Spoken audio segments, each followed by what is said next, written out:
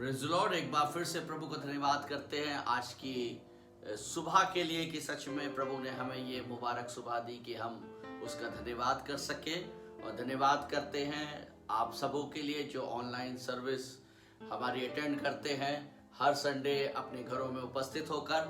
परमेश्वर आप सबको बहुत आशीष दे और ऑलमाइटी ब्लेसिंग सोसाइटी की यही प्रार्थना है कि आप सब फलवंत होने पाए और प्रभु की महिमा जीवन भर निरंतर आपके घरों में, आपके जीवनों में, आपके परिवार में निरंतर होती रहे। सो हम प्रभु का धन्यवाद करेंगे, आज की सुबह में धन्यवाद करेंगे।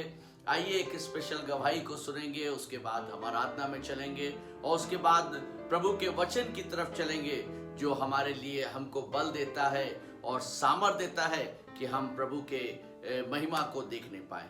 प्रभु आप सबको आशीष दे। आइए हम एक गवाही को सुनेंगे और प्रभु की महिमा करेंगे। Praise the Lord. Lord everyone, मेरी एक गवाही है। मैंने 1 महीना पहले जिम ज्वाइन किया था और जिम ज्वाइन करने के बाद मेरे बॉडी में बहुत ज़्यादा पेन हो रहा था। मेरा हाथ तक नहीं उठ रहा था, मैं कोई भी काम नहीं कर पा रहा था। उसी दिन चर्च से अपनी वीडियो आया था 20 सितंबर को, उसमें पास्टर जी और सिस्टर उमा जब आराधना कर रहे थे तो मुझे बहुत शांति मिला और जो मेरा दर्द था वो पहले से बहुत कम हो गया था। मेरे आँखों में आंसू भी आ गए थे, लग रहा था कि जो मेरा दर्द है वह आंसू के सारे बाहर निकल गया है। इस गवाही से आप सबको आशीष मिले और मैं परमेश्वर की महिमा के लिए गीत गाना चाहूँगा।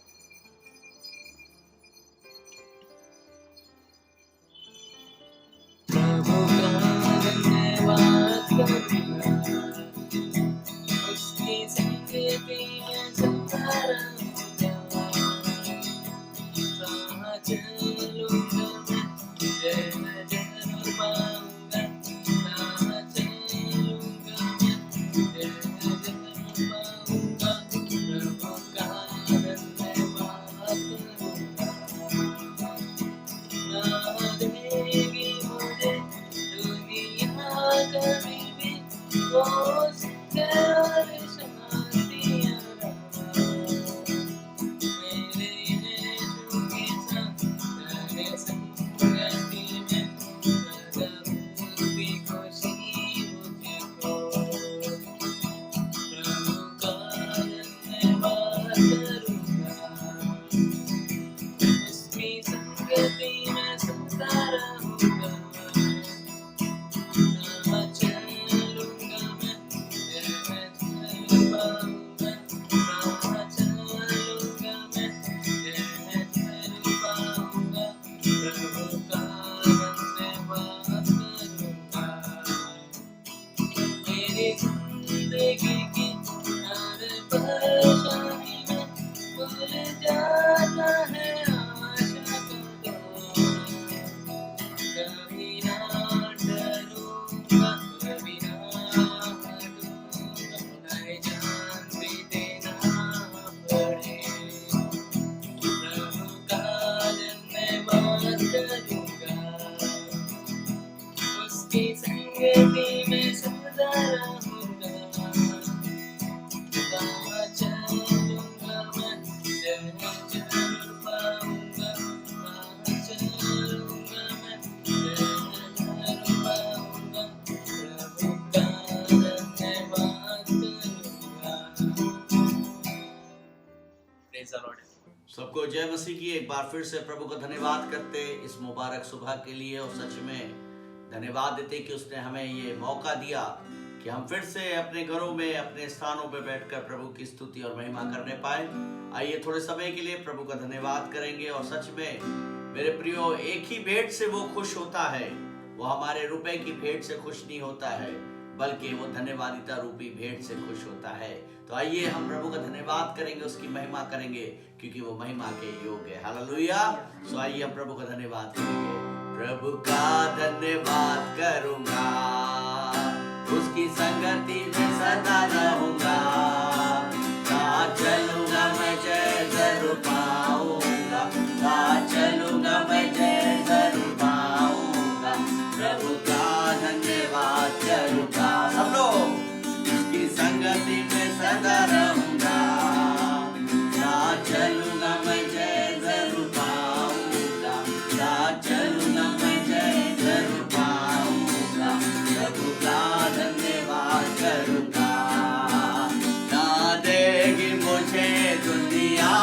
कभी भी कोई सुख और शांति आराम ना देगी मुझे दुनिया कभी भी कोई सुख और शांति आराम। मेरे यीशु के साथ संगति में सदा मिलती खुशी मुझको। मेरे यीशु के साथ संगति में सदा मिलती खुशी मुझको। प्रभु का धन्यवाद करूँगा, उसकी संगति में सदा रहूँगा। साथ चलूँगा मैं जय जरूर पाऊँगा, साथ चलूँगा मैं जय जरूर पाऊँगा।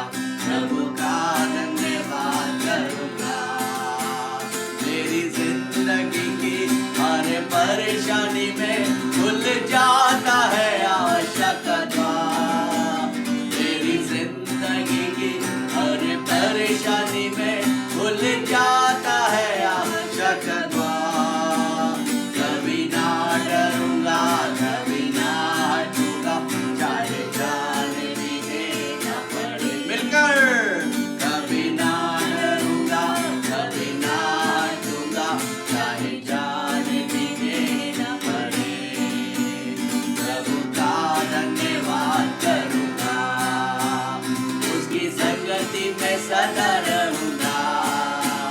साथ चलूंगा मैं जय जरूर पाऊंगा, साथ चलूंगा मैं जय जरूर पाऊंगा। प्रभु का धन्यवाद करूंगा। तेरी आयु के दिन पग पग में सदा तेरी सेवा को पूरी करूंगा।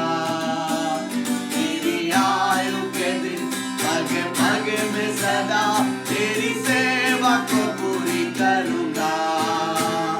एक बाती समान चलता रहूंगा, तेरी महिमा मेरी गाऊंगा। एक बाती समान चलता रहूंगा, तेरी महिमा मेरी गाऊंगा। प्रभु का धन्यवाद करूंगा। सबो उसकी संगति में सदा रहूंगा। साथ चलूंगा मैं जय जरूर पाऊंगा, साथ चलूंगा मैं जय जरूर पाऊंगा। प्रभु का धन्यवाद करूंगा, यीशु का धन्यवाद करूंगा, राजा का धन्यवाद करूंगा, यीशु का धन्यवाद करूंगा। आइए, जब हमारी आंखें बंद है, परमेश्वर का आत्मा जब हमारे बीच में है, उस प्रभु का धन्यवाद करें। थोड़े समय के लिए उसकी उपस्थिति जो हमारे बीच में जुम्बिश करती है, वो पवित्र आत्मा जब जुम्बिश करता है, उस प्रभु का धन्यवाद करें। सच में उसका धन्यवाद करना हमारे और आपकी ताकत है। उसका धन्यवाद करना हमें सामर्थ्य देता है। और आज की सुबह उस परमेश्वर का धन्यवाद जो हमारी आंखें बंद है, आइए थोड़े समय के लिए परमेश्वर का धन्यवाद करें। प्रभु का आनंद है मेरी ताकत, संसार में यीशु है मेरी ताकत। प्रभु का आनंद है मेरी ताकत, संसार में यीशु है मेरी ताकत। वो मेरा आनंद हर एक दिन में, वो मेरा सहारा है।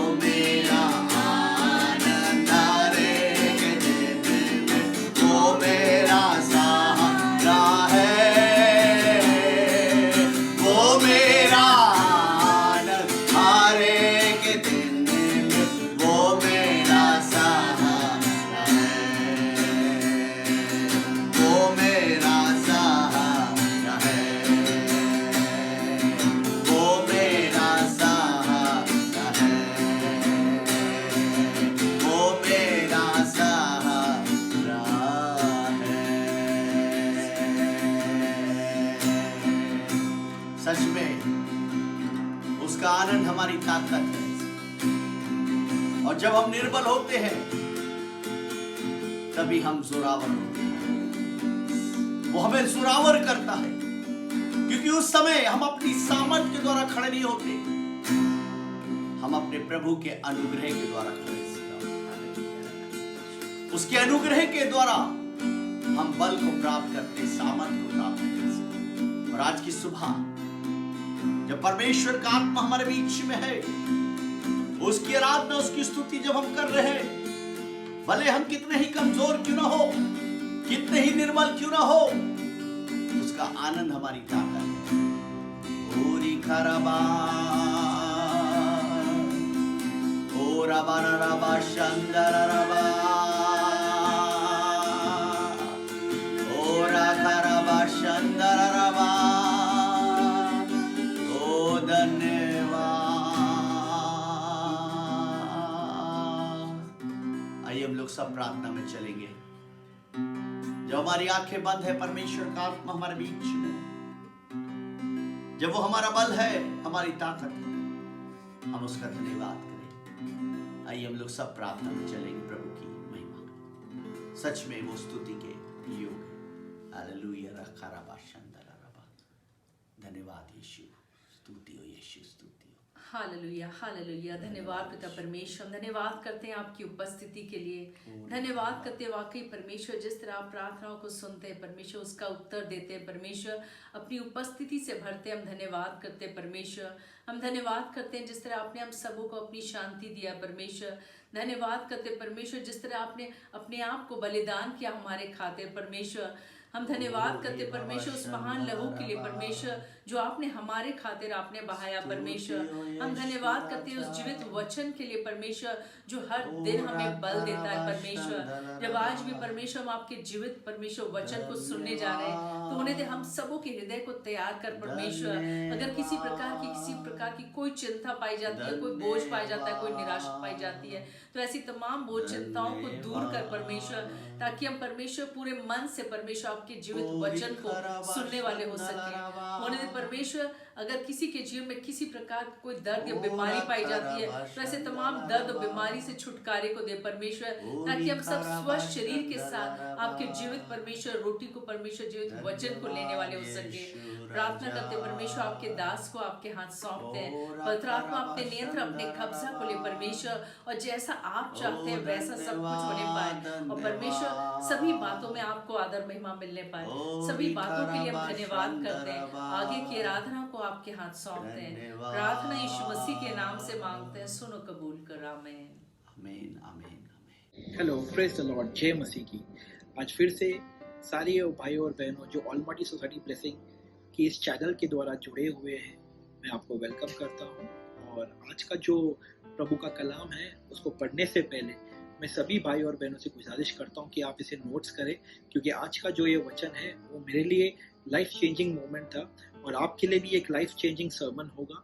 तो आप विश्वास करें आज जो सुनते हैं, और जैसे ही हम आगे बढ़ते, हर एक वचन एक फाउंडेशन है जो आपको एक दूसरे लेवल में लेके जाएगा और आपको दर्शाएगा कि कैसा इस जीवन की कठिनाई समय में खुदा हमारी मदद करता है, और कैसा हम उसे अनुसार, उस वाक्य के अनुसार चलने से हम खुदा का जो मदद है उसे हम भरपूरी से, पूरी तरह से, सफलता से हमारे जीवन में उसे ला सकते हैं, और उसकी उत्तम योजना जो है वो हमारे जीवन में एस्टैब्लिश हो सकता है। तो आज का जो वाक्य है, जो ये मैसेज है, उसका संदेश, उसे हम दो शब्दों में डिस्क्राइब करेंगे, जो है कि इब्रानी शब्द, एक हिब्रू शब्द जैसे कहते हैं एलाइजर, गॉड हेल्प्स, और also Jehovah Shammah, God is there.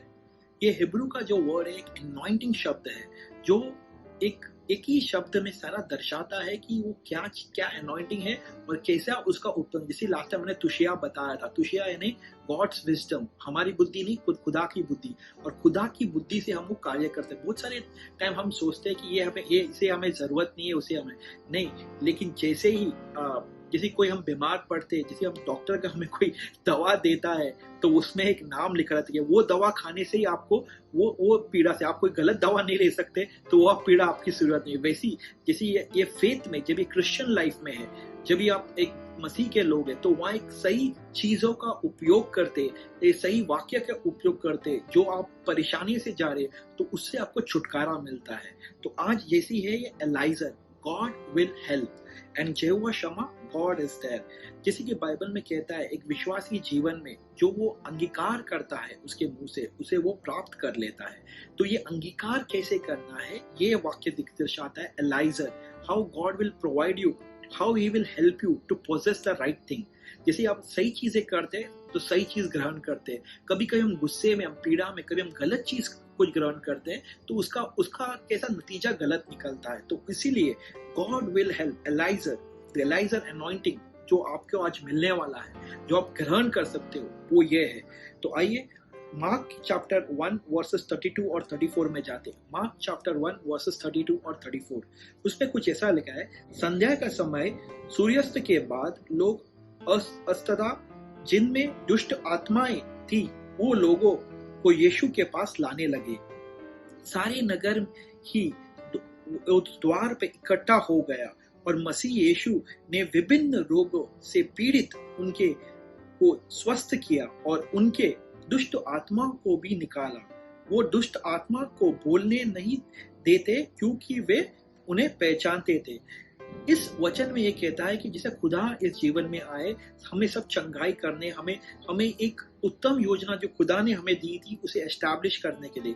तो इस वाक्य में ये दर्शाता है कि जैसे यीशु मसीह वो नगर में आए, उनका उद्देश्य ये था कि सारे जो पीड़ित लोग थे उन्हें चंगाई मिले, उन्हें ब्लेसिंग्स मिले। जो भी सताव में जो शैतान ने उन्हें रखा है, जो दुष्ट आत्मा के द्वारा, जैसे एक दुष्ट आत्मा आपके जीवन में आता है, आप देखोगे बहुत सारे कार्य आपके जीवन में रुक जाती है, आपको प्रॉस्पेरिटी नहीं होता है, आप में बीमारी आ जाती है, परिवारों में शांति नहीं रहती है। तो ये सब जो पीड़ा है, जो देखी और अनदेखी होता है, उसे यीशु मसीह ठीक करे। इसलिए वो दुष्ट आत्मा जैसे ही उधर वो जो पोजेस थे आदमी लोग, जैसे यीशु मसीह के सामने लाए, उन्हें बात करने का भी मौका नहीं, क्योंकि उन्हें मालूम था कि ये यीशु जो है वो खुदा का बेटा है और वो अपने आप हमें अभी कोई ये स्थल, हमें कोई ये जगह नहीं है इस जो पीड़ित आदमी के जीवन बॉडी में रहने की, और वो वैसे ही वो निकल गए। तो वो ये वर्स कहता है। अगर आप वही चैप्टर मार्क चैप्टर 1 आगे बढ़ते हुए 38 और 39 में, 38 से 39 में देखोगे, किंतु मसीह यीशु ने उनसे कहा, चलो कहीं और चले, यहाँ पास के नगर में, जिसके में वह भी प्रचार कर सके, क्योंकि मेरा यह आना का उद्देश्य यही है। वो सारे गलियों प्रदेश में घूमते हुए यीशु यहूदी सभाग में जो जाकर प्रचार करते रहे थे, तथा लोगों से वो दुष्ट आत्माओं को निकाल गए। यानी he was preaching in synagogues through the galleys and casting out demons। यानी जो भी वही एक ही शहर में नहीं लेकिन दूसरे शहर में भी जाके वो अपने डिसाइपल से कहने लगे कि जाके हम सारे जो ये दुष्ट आत्मा से जो भी पीड़ित है तो उनको सब निकाल दे। यानी ये तो जो वाक्य हमने जो पढ़ा, ये वाक्य में कहते हैं सीधा उद्देश्य यीशु का बहुत क्लियर है कि वो जीवन में इस संसार में आए ताकि वो सारे वो पीड़ाएं से जो भी वो आत्मिक पीड़ा हो या सांसारिक पीड़ा हो, जो भी है उन्हें वो शुद्ध करना चाहते थे। इसलिए वो गली गली जाए, प्रचार करते गए, एनलाइटमेंट, प्रकटीकरण दिए कि क्या होता है, कैसा चलना है, क्या नहीं चलना है, और उन्हें सब साफ, यानी उनका जो उद्देश्य था वो क्लियर था कि हमको संसार का भला करना है। तो वो ये दो वाक्य दर्शाता है। यानी जो भी इनको जो एक विजडम थी, जो ये उद्देश्य था प्रचार करना, कि इनको नहीं लेकिन खुदा ने इनको ये बुद्धि दी। जैसे मैंने लास्ट टाइम बताया तुशिया अनॉइंटिंग, तो इनको एक स्पिरिचुअल विजडम था जिसके द्वारा वो स्पिरिट में कार्य करते थे, और स्पिरिट में कार्य करके इवन जो दुष्ट आत्मा थे उन्हें मालूम था इनके अंदर एक होली स्पिरिट है, इनके अंदर पवित्र आत्मा है, इनके अंदर एक वो शुद्धिकरण वाला आत्मा है जो एकदम पवित्र है, तो बिना जो सिन के नहीं। तो उनको वो ये दो वाक्य दर्शाता है। अभी आगे बढ़ते हैं सेम चैप्टर में, मार्क चैप्टर 1 वर्सेस 40 और 41। इसमें कहता है कि एक कोढ़ी रोग उनके पास आया, उनसे मसीह यीशु के सम्मान घुटने टेकाया, उनसे विनती की, आप चाहे तो मुझे शुद्ध कर सकते हैं। तरस खाकर मसीह यीशु ने हाथ बढ़ाकर उसे स्पर्श किया और कहा, मैं चाहता हूं कि तुम शुद्ध हो जाओ। अभी ये दो वाक्य में यीशु मसीह ने अपना जो उद्देश्य था वो क्लियर किया कि हमें पीड़ित लोगों को क्लियर करना है और वचन प्रचार करते हैं। लेकिन ये जो वाक्य है ये दर्शाता है इवन खुदा का अगर उद्देश्य है कि आपको चंगाई करना है, यानी आज आपके परिवार में सब कुछ पीड़ा निकल जाना है, सब कुछ ठीक होना है, ये खुदा का उद्देश्य है। पर बहुत सारे टाइम ऐसा होता है कि यीशु मसीह के लोग वो चाहता है कि बेटा और बेटी उसके पास आए और पुकारे उसे और कहे कि यीशु मुझे ठीक कर। जैसे कि आज जैसे ये कोविड है, ये आप मालूम है कैसी भयंकर बीमारी है, सब लोग घर में बैठे हैं, मास्क पहनते हैं, ये पहनते हैं। उस जमाने में ऐसी ये कोविड सबसे भयंकर बीमारी था, इसका कोई इलाज नहीं था। इसे कोई इवन कोविड में आप आदमी को तो अच्छी तरह से देख सकते हो कि वो ब्रीथ नहीं करता, लेकिन उसमें वो कोड़ी लेपर आप उसको देखोगे तो आप उसको, इसके लिए उसको संसार के बाहर रखते थे। लेकिन जब भी वो आदमी यीशु को आया तो उन्होंने तरस का एक कंपैशन हार्ट से उन्हें चंगा किया। तो ये वचन ये दर्शाता है, मैं ये कहना चाहता हूँ ये दो वचन से कि अगर खुदा का ये उद्देश्य रह के भी कि आपको ठीक करना चाहता है, लेकिन वो चाहता है कि उनका बेटा और बेटी उनको पुकारे और कहे, प्रार्थना में बने रहे और विश्वास से पुकारे और कहे, खुदा आज ये मेरा पीड़ा है, आज ये मुझे चाहिए, ये मुझे, क्योंकि खुदा का कलम कहता है, knock and the door shall be open, ask and you shall receive, seek and you shall find. ये नॉक, आस्क और सीक ये आपको करना है, प्रार्थना में बने रहना है और विश्वास से मांगना है, तो आपको खुदा जरूर मनाएगा। कि खुदा का उद्देश्य वही है कि आज हर एक पीड़ा जो भी आप जा रहे हो उसे ठीक करे। तो इसीलिए यीशु मसीह ने प्रचार किया और एक कंपैशन से उन्हें सबको ठीक करते गए। समटाइम्स बहुत बार खुदा का उद्देश्य तो आपको ठीक करना है, लेकिन आप बहुत बार प्रार्थना करते हैं, लेकिन लेकिन अगर खुदा का जो है कि आपको ठीक करना, लेकिन वो चाहता है कि उसकी बेटा और बेटी उसको आके पुकारे। इवन जीसस जब ये इनका इस संसार में आए, जैसे हमने पढ़ा कि उनके उद्देश्य था सबको ठीक करने के लिए, पर वो जब वो ठीक करने के लिए गए, वही मनुष्य जिसको उन्होंने ठीक किया उन्हें उसको क्रूसीफाई किया। इवन क्रूसीफाई जब किया, जब खुदा ने एक प्रार्थना बेनती की उस क्रूस पे उसने ऐसा कहा कि Jesus cried on the cross to the Father to forgive the people as they don't know what they're doing। यानी यीशु मसीह भी उस पीड़ा में, उस जो कठिनाइयों में, क्रूस पर, फिर भी उन्होंने मनुष्य के लिए जो उनका क्रिएशन है उनके लिए मध्यस्थी की प्रार्थना की कि इन्हें माफ कर दे, कि इन्हें even Jesus cried out to Lord the Father. Even यीशु मसीह ने अपने पिता को पुकारा। तो आज आपको ये वाक्य कहता है कि जब आप प्रार्थना में बने रहते हैं तो खुदा को आपको पुकारना है। हाँ, उसका योजना है कि आपको भला करे, आपको सारी वो पीड़ा से रहे, लेकिन आपको उन्हें पुकारना है। कैसे पुकारना है वो ये वाक्य कहता है। Matthew chapter 14 versus 28 to 32। पतरस ने उनसे कहा, प्रभु यदि आप ही हो तो मुझे आगे दीजिए कि मैं जल पर चलते हुए आपके पास आ जाऊं। आओ, यीशु ने आज्ञा दी। पतरस नाव से उतरकर जल पर चलते हुए यीशु की ओर बढ़ने लगा, किंतु जब उनका ध्यान हवा में गति की ओर गया तो वे भयभीत हो गया और जल में डूबने लगा। वह चिल्लाया, प्रभु मुझे बचाइए। यीशु ने तुरंत हाथ बढ़ाकर उन्हें थाम लिया और कहा, अरे अल्पविश्वासी, तुमने संदेह क्यों की? तब वे दोनों नाव पर चढ़ गए और वह वायु थम गई। ये वाक्य में सब कुछ लिखा है जो मैं अभी तक आपको समझा रहा था। यानी पतरस ने यीशु मसीह को उन दिनों में देखा कि वो पानी पर चलते हुए आ रहे थे, और जैसे ही उन्होंने देखा तो कहा, यीशु के वो आप है तो मैं भी आपके पास आना चाहता हूँ। तो खुदा ने उसे कहा, आओ। यानी खुदा, जब आप मसीह जीवन जीते हो तो खुदा आपको कहता है कि आओ मेरे पास। तो आपको यहाँ वहाँ कठिनाइयां वटियाने में नहीं रहे। वो कठिनाइयां वो जैसे वो पानी में चल रहे थे, वो पानी है, भले वो पानी ऐसा चीज है जैसे आप खड़े रहते हो डूब जाओगे, लेकिन जब आप वचन में चलते हो तो आप डूबोगे नहीं, इस संसार के पीड़ों में डूबोगे नहीं। यानी कोई भी चीज आपको सिर्फ खुदा की ओर देख के आगे बढ़ते जाना है।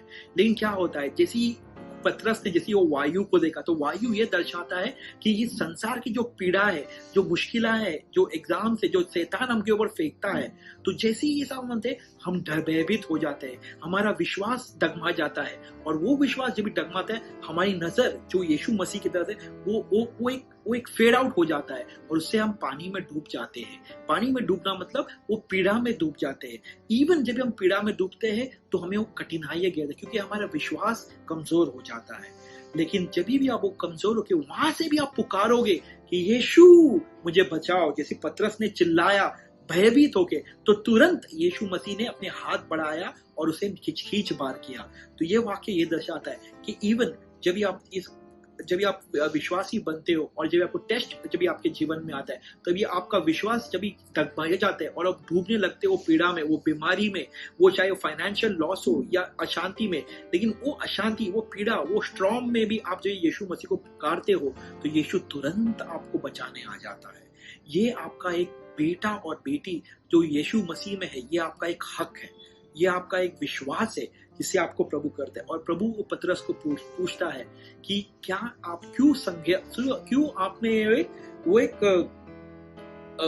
जैसे कि विश्वास जो विश्वास क्यों नहीं किया मेरे पे।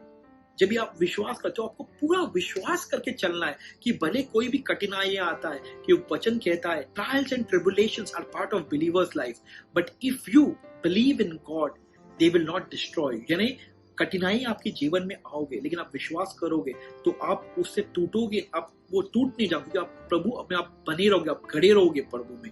तो एक विश्वास कीजिए, ये इस वचन में से वो दर्शाता चाहता है।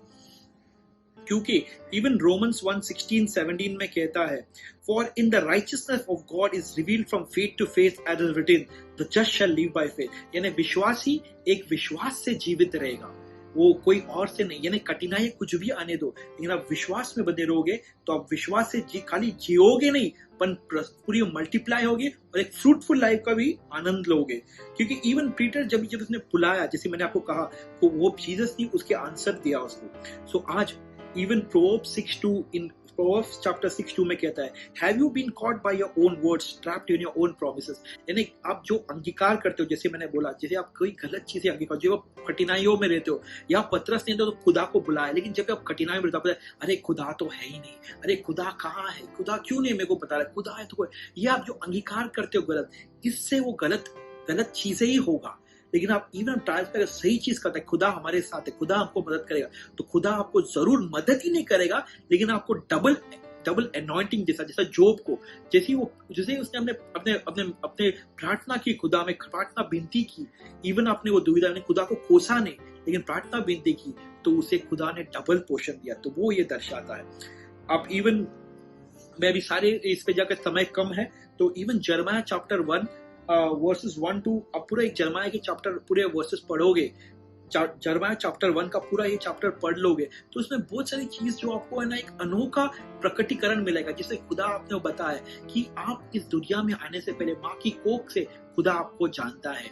वो इवन आप मैं एक वाक्य पढ़ना चाहूंगा, इंग्लिश में है ये जर्माया चैप्टर 1 वर्सेस 9 में कहा है, Then the Lord put forth his hand and touched my mouth, and Lord said to me, Behold, I put my word in your mouth. यानी ये हमारे लिए भी है कि जो हम अंगीकार करते हैं, जो आप आज ये वाक्य सुन रहे हो मेरे द्वारा, खुदा जो बात करना चाहता है, ये मेरे वाक्य नहीं, खुदा का वाक्य है। उसके थ्रू ये आपको वो एनलाइटमेंट दे रहा है कि वो आपको वो डिलीवर करेगा। इवन चैप्टर 1 में लास्ट वर्स पढ़ोगे, chapter 19, They will fight against you, but they shall not prevail against you. For I am with you, says the Lord, and deliver you. यानी खुदा आपको मदद करेगा, खुदा आपके साथ है, और हर एक चीज में जो भी अगर शैतान की जो योजना है वो आपके जीवन में कभी फुल नहीं होगा, लेकिन वो फुलफिल होने देंगे नहीं खुदा।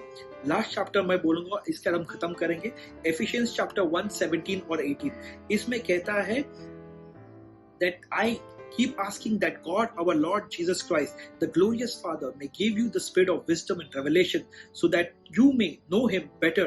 I pray these eyes of your heart may be enlightened, in order that you may know the hope which is called you. यानी यहाँ क्या कहता है कि खुदा आपको spiritual wisdom देगा और स्पिरिचुअल बुद्धि देगा। देखिए, आपने पतरस का सुना कि खुदा का उद्देश्य आज इस मैसेज के द्वारा है कि आपको पीड़ा से दूर, सबसे वो योजना है कि आपको सारे वो पीड़ा, दुष्ट आत्मा से उसे साफ कर देना है। लेकिन क्या आप में हुए कि आपके बेटा और बेटी होने के, खुदा के बेटा और बेटी होके आप उसको कॉल करते, उनको पुकारते हैं, तो आपके मदद के लिए जरूर आएगा। विश्वास करें आज और इस वाक्य पे मनन करें कि वो आपको मदद करेगा, उसका उद्देश्य आपको मदद करने में। जैसे पुराने काल में उसने उद्देश्य किया 2000 साल पहले, आज भी आपको वो हेल्प करने के लिए तैयार है। और सिर्फ वचन सुन के नहीं, पर पुकारे उसे आत्मा के द्वारा और वो आपको हेल्प करेगा। Eliezer the God will help you. आइए हम फट से जल्दी से हमें प्रार्थना करते हैं ताकि अब जो भी हमने सुना है वो आप विश्वास करें और आपके जीवन में वो योजना पूरी तरह से जो हमने सुना है वो कार्य करने लगे। आइए अपने आंखों बंद करें और अब 2 मिनट के लिए हम खुदा से ये मांगेंगे, विश्वास करेंगे कि खुदा का कलम कहता है 2 या 3 जहाँ भी जमा हो और उनके वाक्य के अनुसार एकजुट एक आत्मा में विश्वास करें तो उसे सारे चीजें हो सकती है। तो आइए। Father God, today we come to you, Lord. प्रभु हम आपके पास आते हैं प्रभु, जैसे ही हमने वाक्य को सुना है हम आपके पास आते हैं। खुदा हमें मदद कर, सारे वो भाई और बहनों जो इस चैनल में जुड़े हुए हैं, और लॉर्ड हम चाहते हैं कि जो भी वो पीड़ा में, हमें मालूम नहीं लेकिन आपको मालूम है प्रभु कि वो कौन से पीड़ा में है। आज उनकी सारी प्रार्थना को उत्तर दे प्रभु। आज वो पतरस की तरह आपको पुकार रहे प्रभु, आपके उनकी पीड़ा में, उनकी वो अशांति में आपको बुला रहे प्रभु, और आप उनको मदद करेंगे। वो विश्वास करते हैं प्रभु और उनकी विश्वास की तरह आप उनको मदद करें प्रभु। Lord I pray Lord yes कि सारी वो इन्फर्मिटी स्पिरिट जो भी इनकी बदन को वो पीड़ा में है वो यीशु मसीह के नाम से बांध देते हैं, क्योंकि आपका वचन कहता है प्रभु कि our body is the temple of the holy God, Lord Jesus, and it's set apart for your glory, Lord. Today, Lord, let there be revelation, Lord. ये प्रकटीकरण हर एक विश्वासी के जीवन में आने दे प्रभु, और जैसे उन्होंने चुना, जैसे उन्हें सुना है, उनकी आत्मिक आंखें और आत्मिक कानों को खोल और उनके हृदय को खोल, ताकि उन्हें ये वाक्य समझ आए और इनकी ये वाक्य के द्वारा उन्हें मदद कर प्रभु, उन्हें मदद कर प्रभु उनकी हर एक जगह। और ये आपकी योजना, ये आपका उद्देश्य आप इस जीवन में आए कि सबको वो पीड़ा से निकाल दे रहो। आज उसी पवित्र आत्मा के द्वारा इन्हें हील कर, इन्हें ब्लेस कर, और उन्हें एक नया ये हफ्ते में, ये नया वीक में उनको ब्लेसिंग दे और टेस्टिमनीज आए इस वाक्य के द्वारा। ये सारी चीजें हम यीशु मसीह के नाम से मांगते हैं, सुन और कबूल कर, आमीन। God bless you all and have a blessed life. In Jesus' name I pray. Amen. Shalom.